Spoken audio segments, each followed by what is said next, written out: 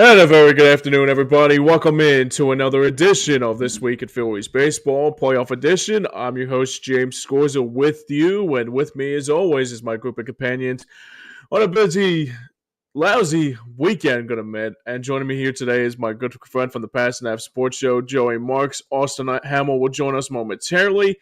Joey, how you feeling, brother? I am so hurt because this sports weekend was not supposed to go the way it went. But today we are turning the page. We are going to turn the page because it's a new day and this is a new game. Yep. Basically, hopefully today will be a better outing than it was on Saturday night at CBP. So let's get into it, shall we? Phillies lose game one over the LA Dodgers on Saturday night in South Philadelphia. It was a good outing for only 3 innings, and then after that, everything started to shape up and shape out for the most part. So, Joe, I'll ask you the first question here. Take me through what was your immediate thoughts on the first game of this series that was supposed to go our way. It looked like for the first 3 innings, and then after that, it looked like a complete tailspin of two halves, kind of like the Eagles were like majority of the season. But what's your immediate reaction going into this game here today? Like, how are you feeling about this game going into game two? Well, reviewing game one, my feelings Yeah, well, I'm not while saying what was watching. your what was your Well, reaction for game my one? my Sorry. my reaction for game one, watching that game, the first 3 innings, it's like you said, I felt like both pitchers were in the zone. Mm-hmm. Sometimes, especially when there's a layoff and whatnot, it takes a bit of time for the pitchers to get underneath themselves with as far as getting in the zone. But both pitchers came out and proved why they are the top pitchers in the MLB. That being said, when we started getting on base and starting to make hay on Shohei Ohtani, I started to think, okay, Christopher's going to do Christopher things. Like Mm-hmm. he's going to have some blips on the radar, but overall, he's going to give you a good outing. Mm-hmm. So 3 runs, I'm like, okay. I'm not saying that that's all we should get, and I'm not saying that's all we should give Christopher Sanchez, but that should be enough for Christopher to get through like 2 or 3 innings. Like I was compartmentalizing the whole game. Mm-hmm. I was like, okay, we're going into the fourth. All right, give me 2 more strong innings, Christopher, and then we're going to start having the conversation of what comes next. Whether we can push you to 7, or whether we start to piggyback you with a person in the bullpen, whether whatever that might be, depending on the scenario. So 2 runs scored. And I started to say, no, no, no, no, no. This is Christopher's game. Leave him in. He's okay. He's Right. he's a little shook, but he's okay. And Rob Thompson went to the bullpen fairly early. Mm-hmm. Um, I think Sanchez left the game with like 60 pitches. And that's a fairly short outing for a guy who's your ace. Sure. And I get it. He was spiraling and Mm-hmm. you're trying to stop the bleeding. But if I'm being honest, I trust Sanchez, even if he's stumbling. I trust him over anybody in the bullpen right now. Right. And so for me, it was a miscue on Rob Thompson's part of being that scared of because even if Christopher Sanchez would have given up the lead, right? There's a strong possibility he's going to come back out for the next 2 or 3 innings after and shut the Dodgers down. It's going to give you an opportunity to come back. But instead, you gave Teoscar Hernandez a shot at a 3-run home run that completely flipped the game on its head. Right. And it just felt like at that point, when you were in our bullpen, you were just hoping and praying that we could just sustain. And for the most part, they did. But one of the things that I will say was the disappointment was the fact that your bullpen was the one that gave up the lead, not Christopher Sanchez. That's Right. number one. Mm-hmm. Number two, that and this is going to be a topic for this whole show Mm, in some way, shape, or form. yep. Your top 3 hitters went 0 for 12, went 0 for. Mm, That's never going to help any pitcher. no.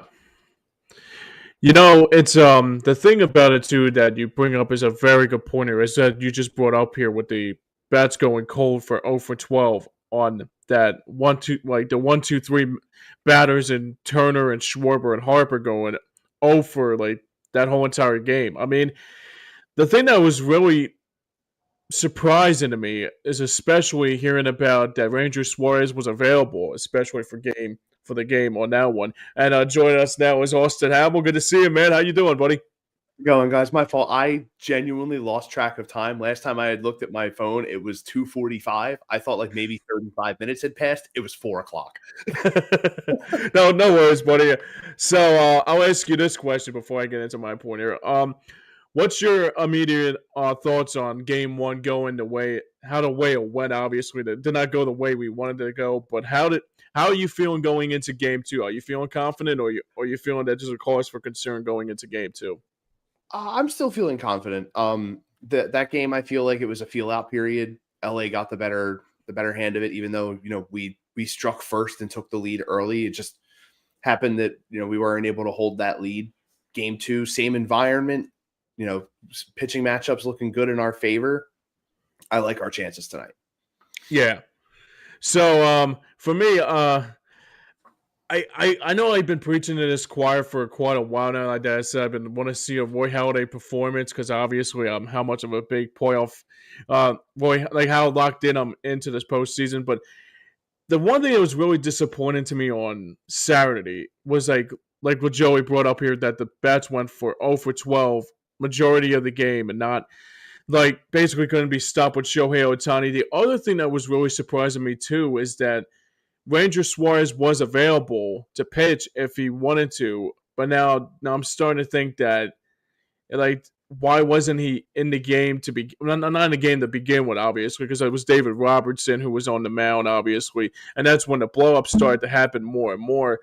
But I think the one thing that the Phillies need to do here tonight, especially with Jesus Luzardo on the mound, is that it didn't work the way we expected to go on Saturday night with the starting pitching. But the one thing the Phillies need to do here tonight more than anything, if he is starting to fade a little bit, I mean, obviously Luzardo, when he has batters on base, like he starts to get into a little bit of a trouble. Like he has a little bit of trouble on him. But for me, I want Jesus Luzardo just to pitch fast and also don't give them any time or motivation into. I mean, that sixth inning, usually the bats come alive in that sixth inning, 5, 6, 7 innings. And surprisingly, the way they went cold in that inning after that three run, like in that third inning, and they score 3 runs, and after that they didn't score no runs after that. It's annoying feeling is because the Phillies are better than this. They're like a better team. They are constructed the way. I mean, there's not like maybe the bye week had something to do with it. They haven't played in almost 2 weeks. Maybe that's probably why they then were not as motivated. But you have to come into the game here tonight knowing that this could be the last time at CBP that we will see the Phillies until maybe Game 5 on Saturday if it goes that route. But the Phillies need to do here tonight, the most important thing about this game here tonight is that they cannot have another clunker like they did on Saturday night, and that's absolutely the damn truth here. They have to play with more motivation here tonight going into this game, because I don't want to say that the Phillies are done, because usually after 0-1, after the way they played, they actually went down south like last year with the Mets. But more importantly than anything, the Phillies need to do here tonight is they have to flush Game 1 and have to come out with a better mindset in this game here tonight going into Game 2. Yeah, I think that, overall, it's like Austin kind of said, they struck first, which was maybe shocking to everybody. Mm-hmm. And the problem was when you had the Dodgers, you put Shohei Ohtani in a bubble. and you put Mookie Right. Betts pretty much in a bubble. Right. Two of their best players on the team. The only problem is the third best player on their team, Teoscar Hernandez. You kind of left, you kind of forgot about him. And you got to understand something. This is a guy who won, a home run derby. This is a guy with a lot of pop. He's got in 3 games in this current playoffs, he's got 4 home runs in 3 games. Mm-hmm. So you have to understand something. This guy's swinging a hot bat. What you have to be focused on is not ignoring Shohei and Mookie and let them beat you and focus all your energy on Teoscar. Mm-hmm. But you need to be able to hone in on why we're here. Why we're here right now. We perform better than the Dodgers throughout the course of the season. Yeah. That's not an accident. You can't let the bright lights shine bright and falter on that. Yeah. I honestly think that this game will be different, not because of desperation, not because of infused, vitriol towards, making up for what we didn't do in game 1. It will be because we're better than they are. And I mean, that's what it has to be. That's why I focus my whole attention on the offer from the top 3 guys. Mm-hmm. Not that they have to hit like above 500 ball. That would be nice. Sure. But what I'm saying is they set the tempo for the rest of the lineup. Mm-hmm. And the rest of the lineup, whether it's Marsh or Baum and JT, those guys have been playing really well. So let the first 3 set the tempo for what the rest of the lineup can do going forward. Because honestly, I don't think Snell is as good of a pitcher as Shohei Ohtani. I think they shot their best shot, and they were supposed to win. When you shoot your best shot, you're supposed to win. So they won. Okay. Now, do they have any more ammunition left in the tank? We know that their bullpen is still garbage. Mm-hmm. It's still garbage. I don't care if they had a couple pitchers come in on game 1 and do really well. Good for them. But they can get shelled as quickly as they've gotten shelled for the majority of this season. Yeah. I think this is a moment tonight where the Phillies have to prove they have to get the monkey off their back. Absolutely. Yeah, and we got a couple comments here. So my dad checks in. Joe Scorza says, "I'm annoyed that they came up small late in the game with the bases loaded and a chance to tie. Cannot happen, especially." I think that was Armando Sosa trying to become the hero ball and instead of trying to get 2 runs to tie the game, instead he was going for it all. So yeah. And what have you said, James, all season? What have you said? Yeah. That you are annoyed that this team is a team that wants to hit the 500-foot 5-run home run. Yeah, you're the one. Armando didn't need to hit a grand slam. He just needed to get a base hit. Yeah.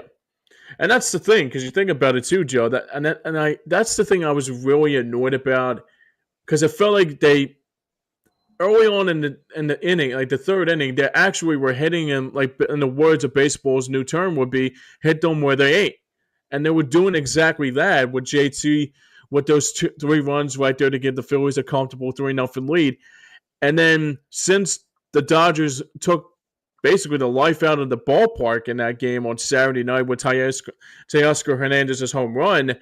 The thing that was really annoying is that he had to go for the 5-run homer, which he didn't even need, especially because you had the bases loaded, and the only thing you need to do is just need to get a gap right over the heart of the plate and just hit a base hit, and right then and there, it's a new ball game, and the worst part about it is that I felt like they were doing that same stuff like they had all season long, and they continued to show why that's exactly what I'm saying too. It's like Sosa had to get a single, and the game was tied. The game was tied just like that.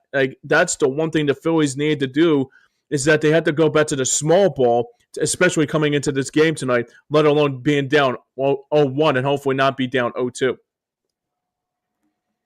Go ahead, Joe. Yeah, so I mean, like that's the thing is with you know the bases loaded like that, you got to think about like the gappers. Hmm. Like if you put the ball to the wall and not necessarily over the fence, you can clear the bases, and Yeah. then all of a sudden you're on top again, and all of a sudden that game has a different complexion. I just don't know, like again, I think Thompson is, and again, James, I've been a big Rob Thompson supporter. I think Thompson outcoached himself Hmm. in that game. I think he outmanaged himself. I think that he got too cute with the whole, me and you brought it up before we went on air. Hmm. Bader got hurt and he brought Castellanos up. Right. And I was puzzled because Max Kepler had just, batted. And Hmm. I've said all year round, all year long, that Kepler and Castellanos are basically the same hitter. Hmm. And so you put the same hitter back to back in a crucial point in the game. I just didn't see that as a good move. And then moving on to the Amundo Sosa Bryson Stott substitution with the bases loaded. James, I'm going to say the thing that I know you're going to hate me saying. Analytics. Analytics came into play Yep. That because it did. all of a sudden it was like, well, Amundo Sosa hits 282 against lefties. Okay, but Bryson Stott is in this moment right now where he's warm and ready to go. Hmm. And my feeling is putting a guy off the bench as a pinch hitter with the bases loaded, 2 outs, and the game essentially on the line, you're putting a ton of pressure on a guy. Ton of Right. pressure on a guy. Right. And so, for me, it was him out coaching himself. Yeah. Austin, say, I guess I'll ask you the question next, just before we go on here. You think about the Phillies overall the last couple games. I think the one thing the Phillies have to do here tonight, especially, my dad brings up a good point here too. Situational hitting has to be the key going into this game here tonight, and throughout the rest of the series too. Am I right? Yeah, going forward now, you have to be more worried about just getting bat to ball. Yeah. You can't be worried about what you're trying to over exceed on what you can do in those situations. Just get the bat to the ball, find a way through. You'll get your guys on base. You'll bring your runners in. Right. You just have to settle in. Like Mm. the immediate adrenaline dump of game one has gone. Right. Now reset. Like I'll get into it a bit further later on because you from the list that you gave me, we're going to be doing a little something near the end here. I'll just say this: you're here for a reason. Yeah. Don't let people think otherwise. Right. Yeah, and I guess the other thing too we can move on here too is that if the Phillies go back to situational hitting, that's how the series will go more than anything like that. All right, so let's get into our second question of the day here. So the Phillies coming into this game here tonight, down, like I said, down 0-1 against the Dodgers. Joey, this is kind of like my inner Merrill Reese would say, who needs to get hot in the second half? It's more like who needs to step up in this game more than anything for the second game in this game here tonight. So, if you may, who is the one guy that needs to step up big here tonight for game two? I think it has to be Zeus. I think it has to be Jesus Luzardo. Mm. I think he has to show what Sanchez started. Mm-hmm. We talked about it prior to this series and prior to the playoffs, is that we're going to have three strong lefties. Mm-hmm. And a lot of what our success is going to be like in this playoff is going to be contingent on those three lefties. Mm-hmm. Regardless if you mix in a Nola and a Walker Bueller and whatever, like you can mix those guys in. But here's the bottom line: if the three stud lefties can't get it done, then it was for naught. And it's Yeah. like, Austin had said it best. You got this far for a reason. Mm-hmm. You can't let everything slip away because you feel maybe perhaps intimidated Mm-hmm. at not the Dodgers, but at the moment, because we're at the moment, I think that the team we face that we are fearing right now isn't the Dodgers. It's Mm-hmm. us. Right. It's the Phillies. It's knowing what happened the last 2 seasons. And that's why I think something like this, a game like tonight, is a matter of the guys getting the monkey off their back. And I think Zeus having a really good pitching outing, really shutting the door and not letting any of these Dodgers get going is going to not only buy time for this offense to get started, but it may put bit a bit of confidence boost into these guys' mindsets going over to LA. Mm-hmm. And we need that right now. Yeah, no question. Also, I'll ask you this question. Same question I asked Joey here. Who do you think needs to step up here tonight in game 2? Honestly, I'm right there with Joe. Jesus Luzardo, you have to start at the initial point of engagement. You start from the pitching and work outward from there. And if Jesus Luzardo can get off to a really good start tonight, put in quality start numbers, 6+ innings, a runner, or maybe 2, strike out like 7, 8 guys, you're going to be in a really good position to be able to win this ball game. You just need to have these guys continue to do what they've done in terms of being dominant on the mound. And when was the last time you guys saw a professional baseball team with multiple left-handed pitchers that were as successful as you have seen through Sanchez, Suarez, Luzardo this year? Yeah. I don't recall I anything can't like remember it this. in a bit.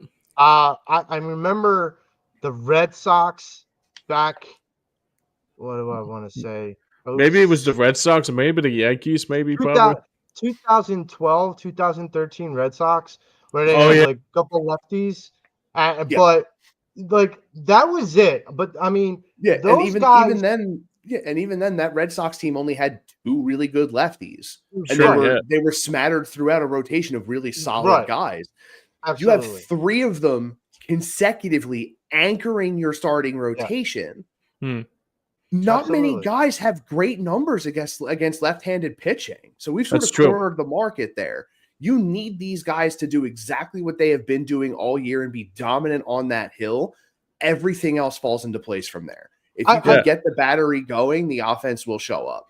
I will say this. Like there's a reason why that Dodgers lineup in game 1 looked a bit odd from some people's perspectives. Like It did.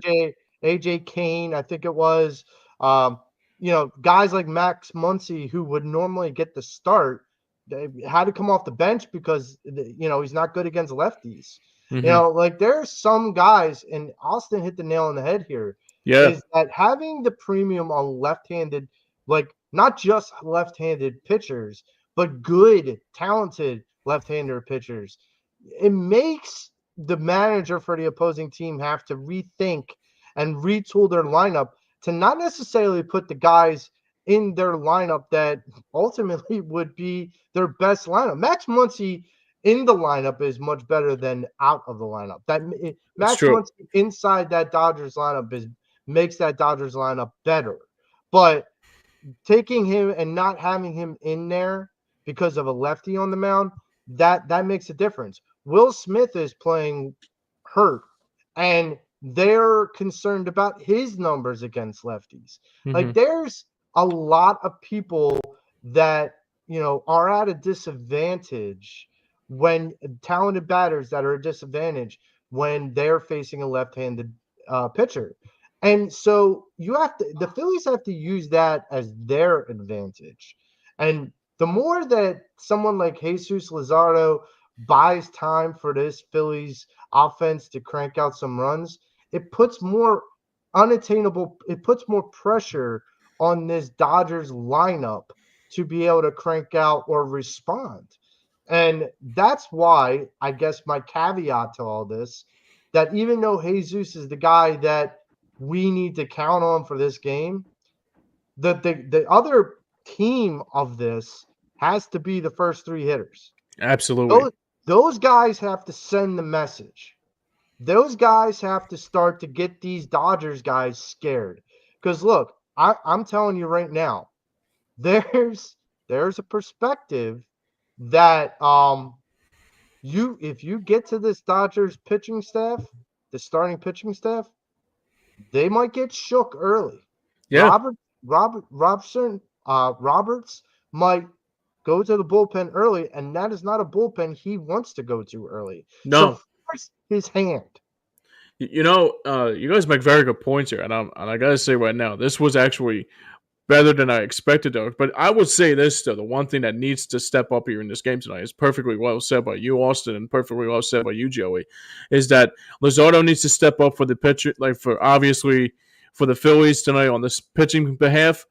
The hitting, on the other hand, has to step up big time after a disappointing performance on Saturday night. I mean, like I said, they got the game in the third inning. Like, they actually got to Ohtani. I mean, they actually were starting to get at Ohtani, but the problem was they couldn't sustain it after the fact and say, okay, we have 3-0 lead here. What's the worst that could happen? And then the sixth inning comes around, and it starts to become a real, pardon my French here, but a real shit show, going to admit, for the most part. And it was just that after that, I guess we were waiting for that home run to happen with Teoscar Hernandez, because it looked like the Dodgers were coming back into the game, and then on a split second, instead of being like a 3-2 game in the sixth inning, next thing you know, it was like 5-3, and I'm thinking like, okay, now how can we come back and step up here? And the 1, 2, 3 batters of Schwarber, Turner, and Harper have to step up big here tonight, unless this series is playing. I mean, I hate to say it's over before it started. Yeah, and look, one of the reasons why that 3-0 lead should have been more. Mm-hmm. And you brought it up. They probably saw it like, we got to him. All right. Yes, right. And they kind of took their foot off the gas. And the reason why they were like, well, what's the worst that can happen? Mm-hmm. The worst that can happen is you're looking over the other side of that diamond into the opposing dugout. You got to realize, just like Austin said about us being here, they're here for a reason too. Mm-hmm. And that's a good team. That's a good lineup. They are the defending world champs. You have to go at them, not halfway, not a little way, all the way. All the way through. You have to keep the foot down. Mm-hmm.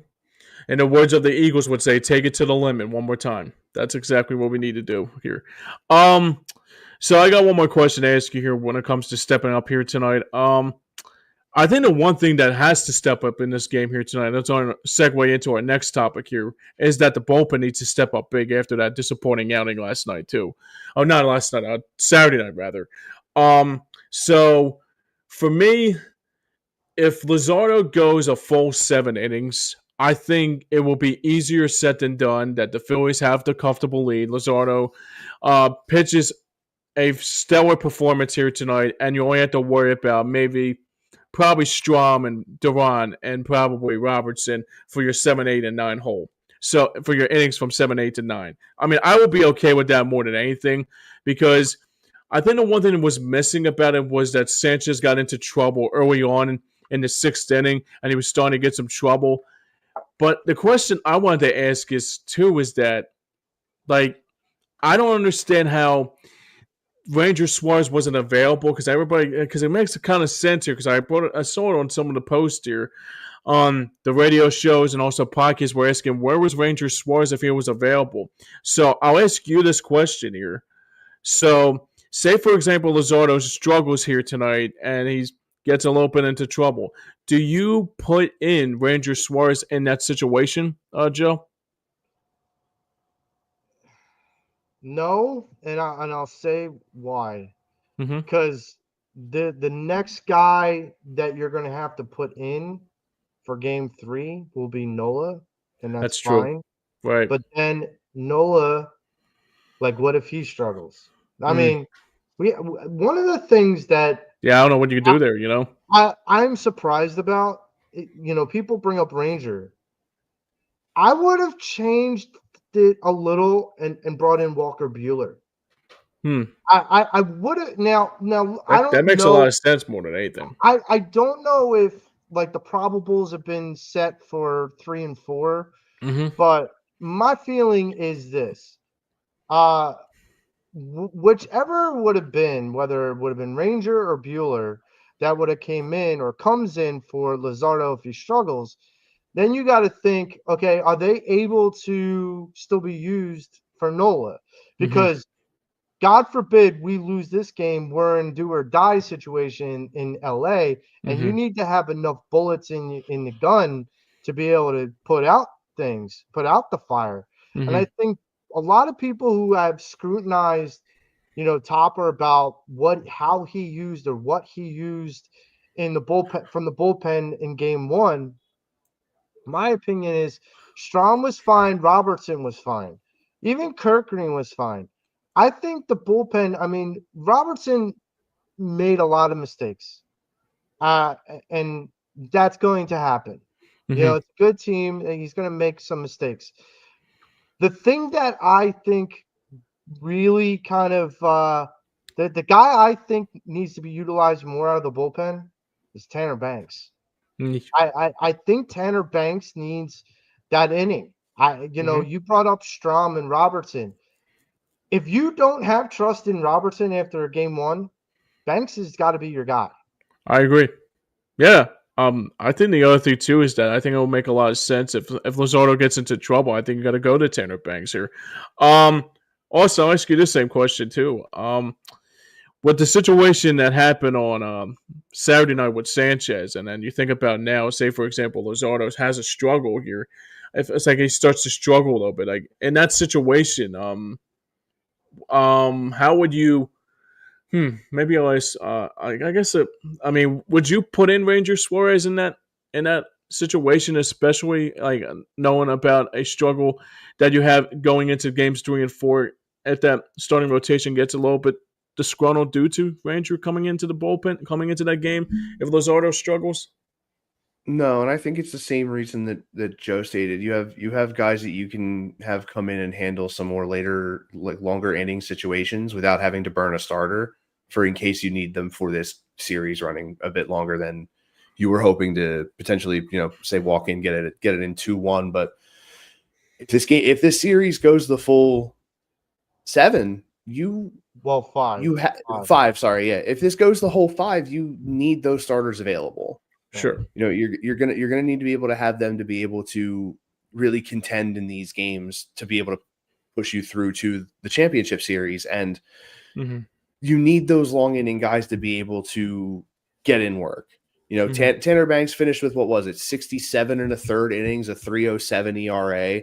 Yeah. So let the man work if he has to, but like don't just put a starter in just to have a guy in there when you're going to end up needing him in 2-3 days. That's true. Yeah, I mean, that's what I was going at too, because I don't know how to ask the question, because I was like, okay, so if Suarez comes in game 1 or game 2 here tonight, then what do you do for game 3? Do you put in like Aaron Nola for game 3, or do you put like a Taijuan Walker or like a Walker Bueller? And it's like, instead of having one problem, you have like 2 or 3 problems going forward into the next series. Doing that creates too many question marks further down the road. Exactly. Yeah, and you got to keep in mind, so some of the guys that we're naming, like Nola, Ranger, Tanner Banks, Walker Bueller, Taijuan Walker, like all these guys. Let's analyze the idea that we have all these guys, and so for what it's worth, you look at it like this: Luzardo shouldn't struggle, but on the off chance that he does, it's like anything else. You put a short leash on every pitcher. You don't let the game get away from the fact that you have all these arms that you can work with. You need victories. So you got to look at it like, we'll worry about the championship series and lining our lineup up and rotation up then, but we can't worry about that now if we're struggling to get past this series. You have to win this series first. And with all the arms they have, there should be no excuse. Why, like, every single pitcher that Rob Thompson puts in, whether it's Luzardo, Ranger, Walker Bueller, like Nola, you have all these guys, okay? Give them a short leash, but give them confidence. I felt like I said earlier, James, I felt like Rob Thompson pulled the trigger a little too fast on Christopher Sanchez. Yep. There is a difference between all these other guys that we have and Christopher Sanchez. He's the ace. He gets more leeway. That's right. He gets more runway. The other guys, you need to make sure, and I don't care if Caleb Coughlin is making a straight path to that pitcher's mound. I don't care. Right now, we have to take care of business by making sure that every pitcher that we have is ready to go and ready to do what is necessary to stymie this Dodgers offense. Yeah, and that's like I said, Joe. That's exactly the one thing that has to happen here tonight too. All right, so we're moving on here to the bullpen watch here tonight. So I guess we talked about it earlier on, and I'll bring it up again there. But I want to bring up something here that kind of surprised me on Saturday night as Johan Duran was coming into the game, and it was more that they actually brought his intro out when it was a 5-3 game, and I heard about it today on WIP on our stations here in Philadelphia. I heard about it on a postgame show on the same on WIP, like I mentioned. It's interesting because I'm not one guy that like how much of a big spectacle it is for Johan Duran coming into the game when it matters the most, but it felt like it was kind of lame to think about, like, you're down 5-3. And you're turning out the lights, and I even saw the video. I think Jeff Skversky put it up on his social media platforms, and it felt like the Phillies were not as the Phillies fans were not as excited about it. It was like, okay, so it's a 5-3 game, but it's kind of like, so other than that, Mrs. Lincoln, how was the play kind of type of feel? So I'm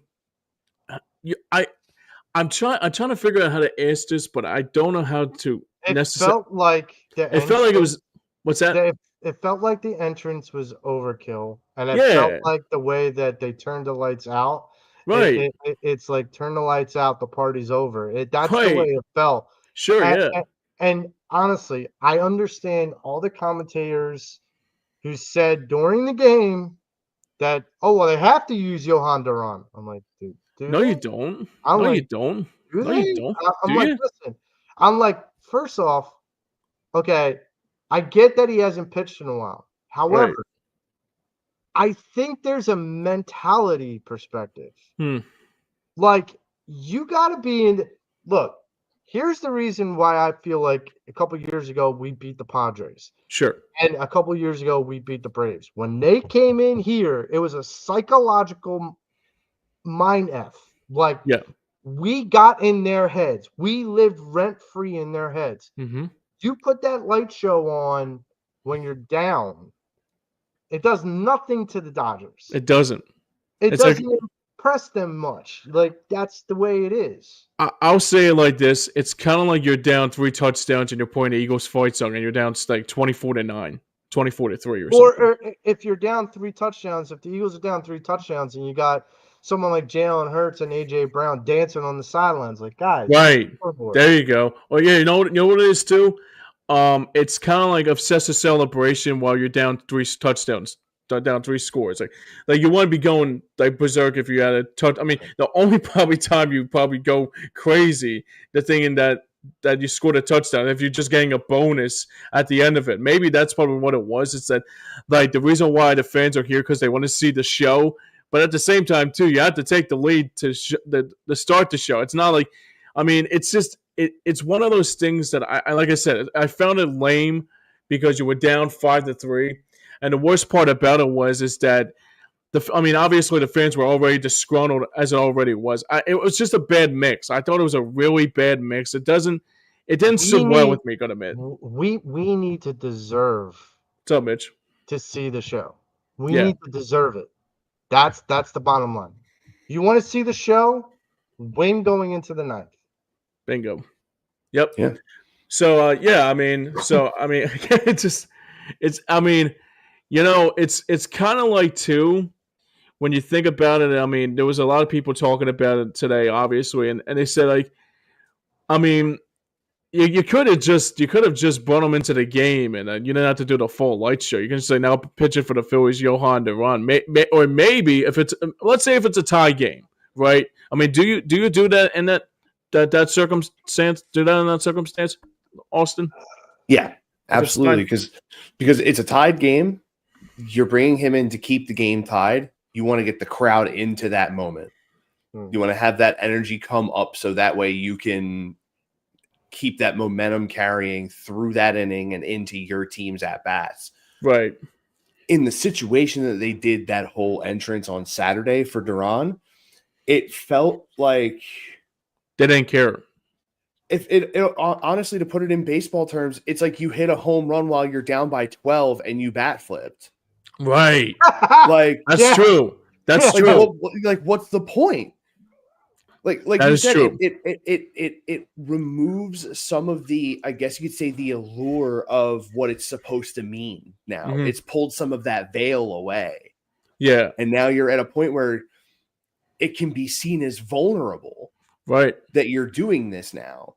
Instead of where a couple years ago when we were in the playoffs, it wasn't about entrances. It was about you're coming into this building and it is going to be so loud that you can't even hear yourself think. Right. And yeah, absolutely. That energy is still there. The lightning is still in the bottle. We just have to open the lid. Yeah, absolutely. And I really feel like you get that moment tonight. And I hope so too. I couldn't agree more because I think the other thing too is that my dad Joe Scorza says like you don't do a walk up music while you're losing, and he puts that in all caps there. It says it was lame, and luckily the network didn't show it, but also it takes away for the specialness of that entrance too. So yeah. I mean it would be like I said, like imagine. I mean I'm going to go back to a Philly curse here that happened back in 2003, like Rondé Barber running down the sideline at the vet, right? And the next thing the Eagles score a touchdown, but they do the Eagles fight song. It's like, okay, who cares? But still down 27-10, I mean, you wouldn't be doing that, or even again blown out, or even you perfectly said there too, Austin, if you're down 12 runs and you're doing a friggin' bat flip, that's the other thing too. It's just like, I mean, I understand it's like good for TV, but at the same time too, you have to be courteous enough about that situation when it comes down to more than anything. And that's all I had to say about that too, about the bullpen watch, because I just found it a little bit discouraging, gonna admit. Yeah, it's definitely I guess as some people would say it now, it's a weird flex to do it when you're in that situation. Sure. But like, I mean, I kind of get it, but at the same time, end of the day, you're down like that, save it for when you're winning. Correct. Absolutely. Save like or even like we were saying, tie game late. Yeah, You can do it then, because that can be a big momentum shift. Exactly like your dad's saying here. You have to read the room when it comes to that kind of thing. Yes. And that was such a poor read. I don't even know if they even had paper in their hands trying to read that situation. Right. I will ask this. Would Brad Lidge have come in on a moment like that?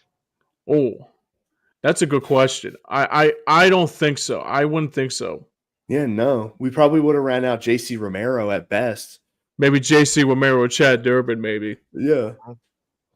I agree. And that's I'm right there with you. I'm with you, Joe. That's my point, is that the allure of Lidge was the point of bringing in the closer. And exactly. Lidge didn't have the fancy, pyrotechnic, the smorgasbord of speculation, the smoke and mirrors that Duran has, but there's still the allure, and you have to look. Duran's a great pitcher.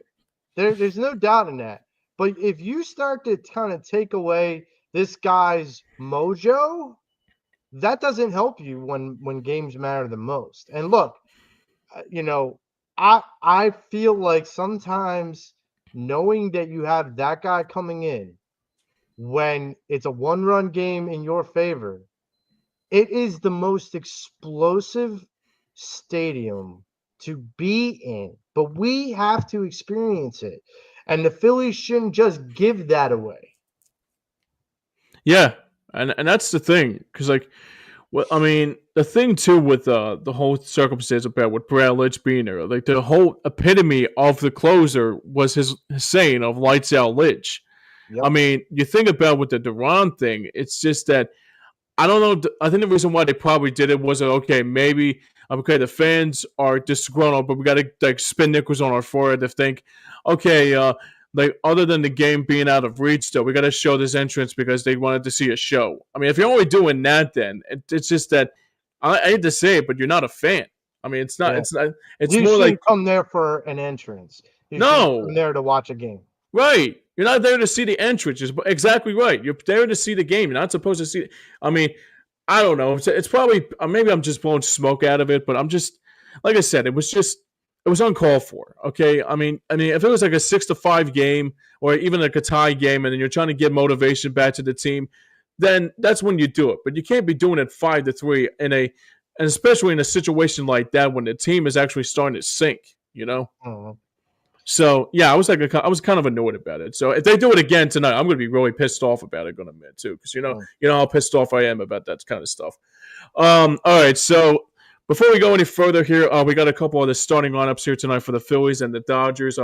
Obviously, we'll do the Phillies starting lineup tonight, and my dad tells me about this a lot. He says he's not intrigued about this lineup tonight, but I'll read it to you guys if you haven't noticed. So for the Phillies tonight, leading off will be Trey Turner.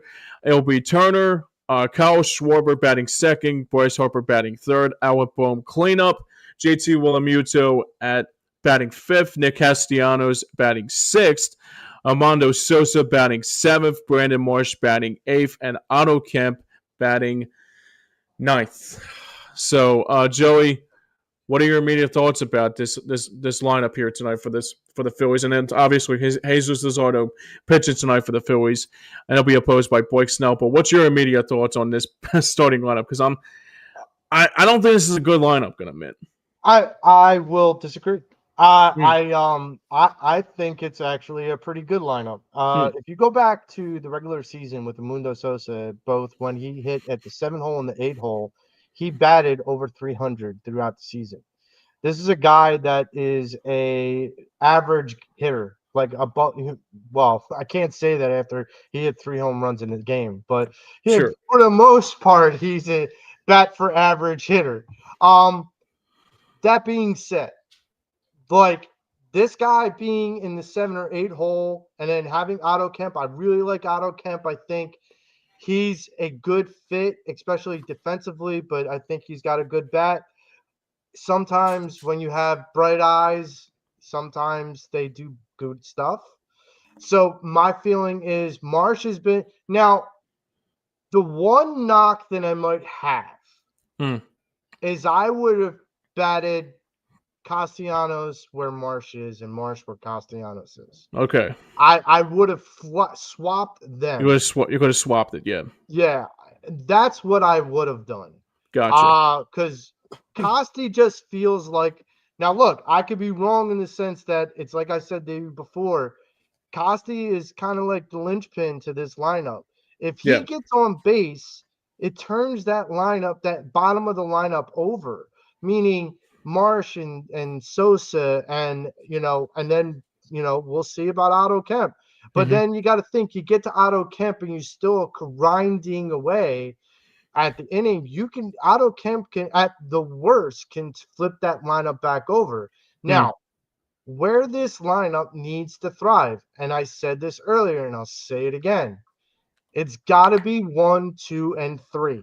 Correct. If they start bashing the ball, Otto Kemp starts turning the lineup over. Nick Castellanos can act like the linchpin and get to like a Marsh and a Sosa without, rolling into a double play or flying out to center field. Like if that can happen and the first 3 hitters can cook, the Dodgers are in for a long goddamn night. I would hope so. Joe, Austin, I'll ask you this question. How do you think this lineup shapes out here tonight? I mean, I understand not having Bryson Stott in the lineup, his numbers against lefties aren't incredible. He only bats .225 against lefties. Mm-hmm. But Marsh is in, right? Yeah, Marsh is in, and he bats a 197 against left-handed hitters, and Kepler's not playing. Yeah. See, I would push back on this. I mean, Kepler's not much better. He's a 217. He's only 0.02 points higher, but I would push back into saying that, and this is the criticism that I had with James about game one. When Bader went down, and this is why we're going to miss Bader, and hopefully it's, he'll be back for game three, or maybe even be a pinch hitter tonight. We'll see. But here's my feeling is that in game one, when Bader went down and Rob Thompson brought in Castellanos right after Max Kepler, I've said this before, Austin, all season. Max Kepler and Nick Castellanos are basically the same guy. They're basically the same player. So I don't know if I have both of them in my lineup at the same time. Yeah. That's where I go, okay, I'll live with Brandon Marsh, even with the 180 something, because Brandon's been hitting a good ball lately. Yeah. So you got to hope that look, if he stays patient, maybe by the time they get down to him in the lineup, there might be pitches outside and he works a walk. My feeling is still the same, though. The only reason why this lineup looks a little questionable is because Bader isn't in it. Yeah, and he's trying to rearrange. I guess I'm guessing he's like rearranging the deck chairs on the Titanic or something like that, maybe. Yeah, and also Edmundo Sosa batted .318 against lefties during the season, so that's probably the reason why he's into to have that favorable matchup against Snow. Yeah, that probably makes a lot of sense too. But my dad, Joe Scorza, says if the three batters, the three of the top hitters on the lineup don't hit, then it doesn't matter. It doesn't matter. Nope. It doesn't. It really doesn't matter. It doesn't matter. Pretty much. Yeah, that's the thing too. Offensive success starts at the top of the batting order and trickles its way down. Yep.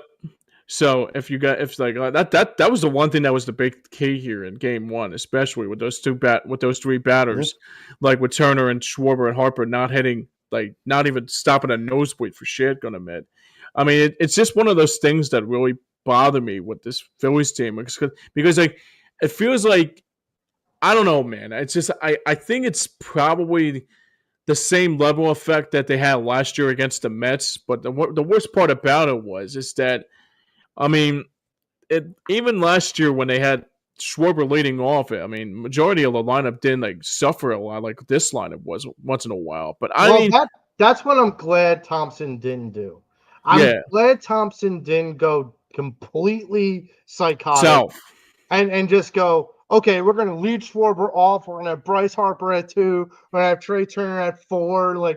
If he would have went completely psychotic, I'm like, someone needs to check on Rob Thompson's mental wellness because there's something wrong. Yeah, it was like Zach Galifianakis and trying to put all the math together. So that's the thing. We can scrutinize this particular lineup, but my feeling is, and it kind of is the main point. If the first three can hit, it's going to look more promising because the rest of the lineup reacts to what the top three guys do. And listen, JT Realmuto, Alec Baum, Brandon Marsh, they all been hitting well lately.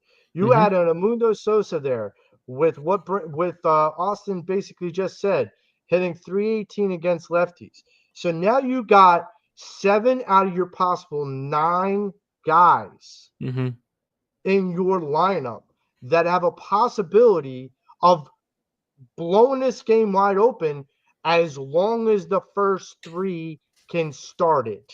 Right. Yeah, and also too, the inconsistency hitting has been their problem all year long. So hopefully we can nurse it down and hopefully tie this series and go back to LA with a comfortable feeling here tonight. So we would usually wrap up here and talk about our recap of the Phillies and also what we can do. Actually, what I would do basically what we'd do is that we'll talk about an upcoming series preview, but obviously there is no in the postseason. It's either that you win 3 or you're done. Maybe this is the last time we'll probably see you guys until hopefully we switch it over to some Flyers hockey very, very soon. But hopefully next week we'll come out with more positivity than negativity. But I'm going to have some fun with you guys here. So all week I've been hearing motivational speeches about what the Phillies need to do. Some good and some really a little bit out there. Let's keep it real here. But, I mean, there's a couple of them that were not as, like, Herb Brooks from Miracle, or what's his name? Gene Wilder. Gene Hackman's character in Hoosiers. So Joey, Austin, I'll try to give you some motivation here to get you ready for this Phillies game. Joey, I'll start with you first. Give some motivation going into this game too here tonight. Looking forward to see what they have in store for this Phillies game here tonight. Hopefully, like I said, hopefully it's the last time we won't see you guys, but Joey, you have the floor, my brother. This whole playoff season is about winning. It's about legacy. It's about what comes next for the future of the Phillies. So many people around me have said one and done, that Rob Thompson doesn't deserve to be a manager here in Philadelphia, that this core needs to be broken up. Well, I'm going to tell you this right now. This core doesn't need to be broken up. Rob Thompson's a hell of a manager. We are living in probably the best era of Phillies baseball in the history of Phillies baseball. This is the difference. LA came here with the crown, and they think that they deserve to have it, that they have somehow won it because of participating in the playoffs. No. You're in South Philly, dog. You ain't getting no participation trophy down here. This is, you earn what you get. You earn what you want to keep. The Phillies have a lineup that from top to bottom can hit the ball and put up some really gaudy numbers. So do the Dodgers. The difference is our pitchers are way better than yours. You shot your best shot. You gave us your best shot and you won. Congratulations. Now, can you sustain it? It's time tonight to take the field and snuff out Snell, to make him go back to LA and question whether he is good enough to still pitch in this league. It's good that you guys have Teoscar and Shohei and Mookie and Freddie Freeman. They're all good names and good stories. But here's the better story. That the legacy of the Philadelphia Phillies and this team will continue and will start tonight with Zeus, the god of thunder, taking the mound. But we're not going to end with the god of thunder. We're going to drop our own type of thunder.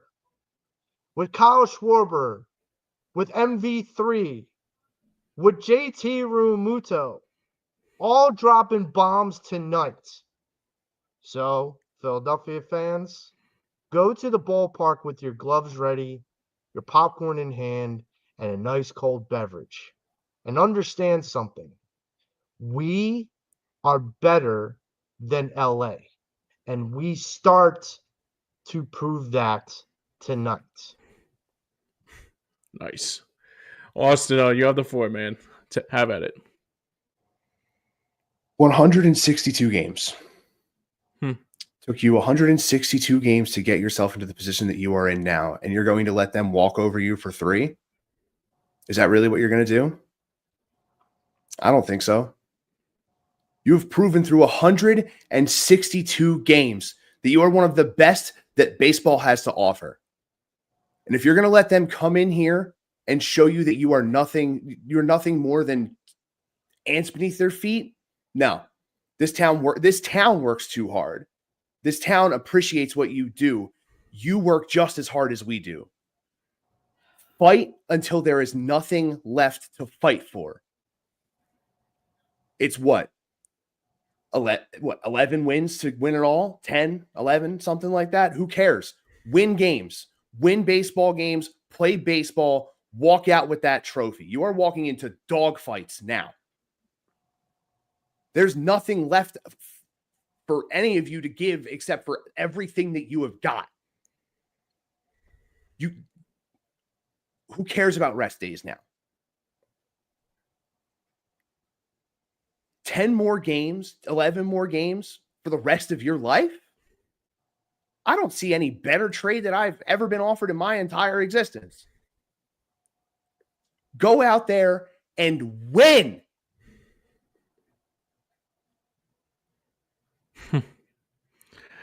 All right. So this is good stuff, guys. All right. Here comes the one thing I do here. All right. You see today's date? 15 years ago, there's a guy that came into this mound, and his name was Doc. There was a Phillies team that had motivation all season from that day. That was history on that date, on October 6, 2010. Tonight, tomorrow, forever, there's only thing that has to happen here tonight. Win today, earn tomorrow. The biggest key for this Phillies team here tonight, forget about what happened on Saturday. As far as I'm concerned, forget about what happened majority of the time that we got to where we are. This place right here, South Philadelphia, there's a lot of good history in this town. There's a lot of good sports teams in this town. And there's more motivation than anything that makes Philadelphia so happy. This should be the best time of the year to be a Phillies sports fan. You got the Eagles winning a Super Bowl back in February, and that place was jumping. You got a team in Red October waving the rally towels and saying that we cannot be beat. Learned something from Jimmy Rollins early on in that 2007 to 2011 teams and said we were the team to beat. Come in here tonight and show why Red October is going to be relevant, and Red October will be forever be in Philly's history as the best town to be in Philadelphia. For Shohei Ohtani coming into the game on Saturday and trying to give him a little bit of a Spencer Strider-itis, the most important thing you need to do here tonight is you have to feed off that motivation with that Phillies crowd trying to show what you're made of. The most important thing you need to do here tonight is, in the words of Fred Shiro, win today and we'll walk together forever. For this Phillies team, for the city of Philadelphia, the time is now. And it's time to show what Red October means to the city of Philadelphia and all across the Delaware Valley. It's time to show what Red October means, and it also shows what Red October really means to a Philadelphia fan base. Let's get it. Hey, James, see if we can do this call and response really well. How many wins do we have to get? 11. 11 more. Whatever it takes, Joey. Whatever it takes, Joey. Whatever it takes, Topper. That's right. Let's get it, man. Let's get it. And I'll say right now, LA, it was cute to have that Game 1 series. In the words of Sean Middleton, we're taking back that fucking trophy tonight. There, I said it. Folks. Yeah, dude. It's time to rise because Philly, this is our time. We live in this era. Is our time, my friend. Exactly right, my friend. We live in an era where championships are right there for the taking. Mm-hmm. You just got to go take it. Yep. And I am planning on coming back to this show next week 3 more times. My man. That's what it's going to take, Topper. That's Yes, sir. what it's going to take. Yes, 3 weeks sir. for the rest of your life, boys. Oh, man. In the words of Merle Weiss would say, savor and rejoice, boys. Hopefully in three more times we'll be celebrating victory, man. I really hope so. But speaking of, I mean, we could do this forever. We could have more motivation, but hopefully next week we won't. Hopefully we won't come into this and say that the season is over and we to transfer into the Philadelphia Flyers. Obviously, the Flyers are looking good, but hopefully, exactly right, man. Hopefully next week is an NLCS preview, and we'll hopefully die down and hopefully we can just sit back and relax and also watch some good stuff here along the way too. Well, that's going to do it for us here today for this week in Phillies baseball. Hopefully next week we'll 60 preview minutes to first pitch. 60 minutes to 60 minutes pitch. exactly on the clock, my brother. Exactly right. Joey, real quickly though, where can people see you next, my friend? I know we got a busy show coming up this week on Paz and F Sports Show. Yes, we do. We are still looking to book our guests, but we are going to be talking all about 2 Eagles games and talking about a potential NLCS with your Philadelphia Phillies. And, possibly previewing game 5 at NLDS. But that being said, you can follow me on Joe Wolf on Twitter at JoeWolf112680. And I'm putting out tweets all the time now for motivation, sports, all kinds of stuff. So please give me a follow. It's always a good conversation piece. Nice. Awesome. Awesome. Where can people see you next, my friend? Every Saturday over at Hardcore Play and Rewind on YouTube for the Hardcore Play podcast. Aside from that, right down here in the corner of my little picture here, twitch.tv/Hambo26. Still doing the Pokemon thing. I wound up losing a really good run at the very final battle of the game and had to start the entire game over. Are you serious? Mm-hmm. Oh my God. The way she goes, boys, you wipe, you restart. Oh no. Oh man. That sucks, man. Oh, I'm in attempt number 4 and I'm halfway through and have lost some very useful things already again. Oh shit, man. That sucks. Well, hopefully the Phillies won't lose tonight. We don't have to start over. That, I've been playing the 1998 SquareSoft I guess you could say like survival horror JRPG game Parasite Eve. Nice. Definitely a relic from my youth. A really fun game to play. I've been enjoying playing the hell out of that. I scooped myself up a few extra emulators on my computer so I could play some more stuff. So going to be getting a lot more fun old obscure game content over on my Twitch channel for sure. Cool. Nice. Awesome stuff, man. That's cool stuff.